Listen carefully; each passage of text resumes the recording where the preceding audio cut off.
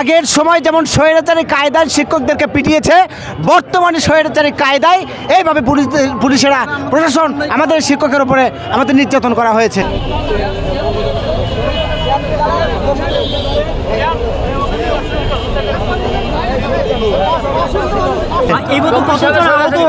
আমাদের অসংখ্য অগণিত এই মুহূর্তে আমাদের আহত হয়েছে, যারা ঢাকা মেডিকেলে ভর্তি আছে।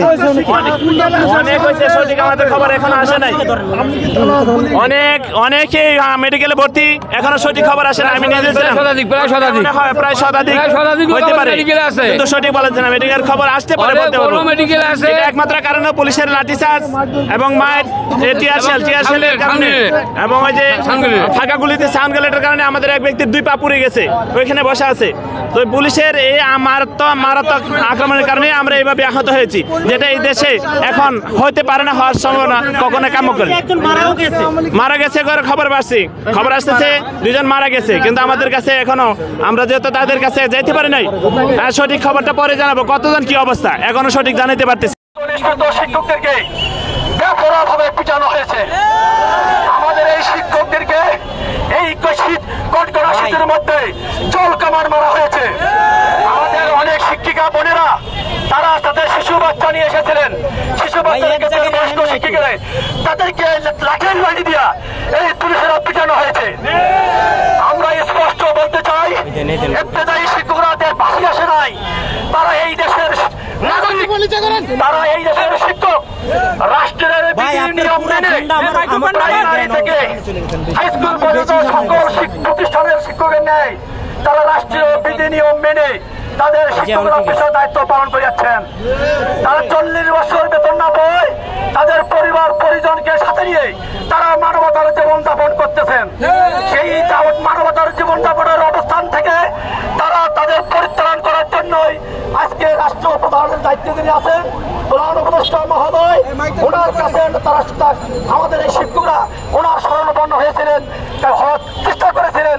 কারণ একটাই, যেহেতু আমাদের দাবি দেওয়া শিক্ষা উপদেষ্টা মহোদয় পূরণ করার জন্য সিদ্ধান্ত নেই। তাহলে আমরা এই রাষ্ট্র প্রধানের শরণাপন্ন হওয়া, তার কাছে আমাদের দাবি দেওয়া উপস্থাপন করার জন্য রওনা দেওয়া, এটা কি আমরা রাষ্ট্রবিরোধী অপরাধ করেছিলাম?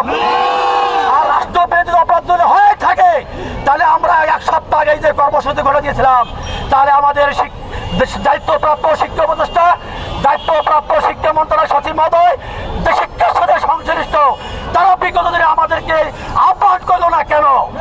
তারা আমাদেরকে নিয়ে বসলো না কেন? তারা আমাদেরকে নিয়ে আমাদের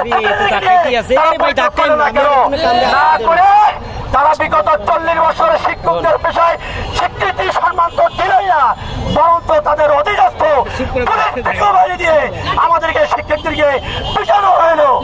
আমরা সম্মানিত সাংবাদিক ভাইরা গোটা দেশবাসীকে জানাতে চাই, যে সকল শিক্ষকদের পিছানো হয়েছে, যে সকল শিক্ষক ভাইরা পুলিশের আঘাতে আহত হয়েছে, এদের বিধি ব্যবস্থা আমরা আপনাদের মাধ্যমে জাতির কাছে এই বিচার সমর্থন করলাম।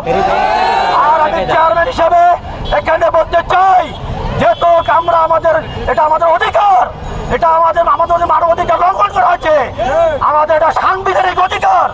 সাংবিধানিক অধিকার জায়গার থেকে প্রাইমারি ন্যায় জাতীয়করণের ঘোষণা দেওয়া পর্যন্ত আমাদের এই আন্দোলন তো ইবতেদায়ী শিক্ষক এই ঢাকা রাজপথ থেকে ফিরবে না।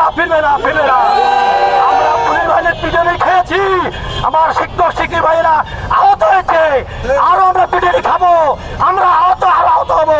জল কামান কেন? আমরা যত ব্যবস্থা নেন না কেন, আমাদের এটা নাগরিক অধিকার।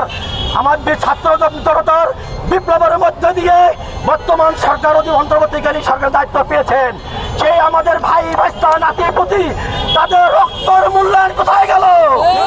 আমরা কি আমার নাতির প্রতি ছেলে মেয়ে জীবন দেওয়ার জন্য উৎসর্গ করেছিলাম, আজকে পুলিশ বাহিনীর পিটুনি খাওয়ার জন্য, পুলিশ বাহিনী বাড়ি খাওয়ার জন্য আজকে সেই আমার ছেলে মেয়ে ভাই ভাইস্তার রক্তের শহীদের রক্তের রূপে বিচার ছেড়ে দিলাম, এই জাতির কাছে বিচার ছেড়ে দিলাম।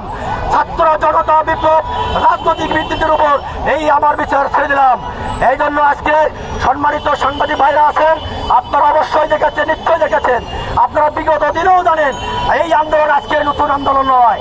আমরা গত 25শে আগস্ট আমরা সকল শিক্ষক একত্রিত হয়ে প্রধান উপদেষ্টার বরাবর স্মারক দিয়েছিলাম।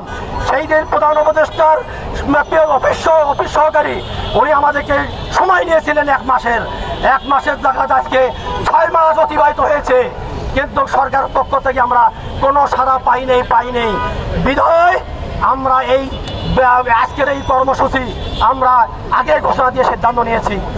হ্যাঁ, তাই আজকে আমি যারা শিক্ষক ভাই যারা আছেন তারা আপনারা থাকবেন এবং দেশের সকল ইবতেদায়ী মাদ্রাসার শিক্ষক যারা বাড়িতে বসে আছেন বিভিন্ন সমস্যার কারণে সেই সকল শিক্ষক ভাইদেরকে এই আন্দোলন শিক্ষকদের সাথে শরীক হওয়ার জন্য আমি উদাত্ত আহ্বান জানাচ্ছি।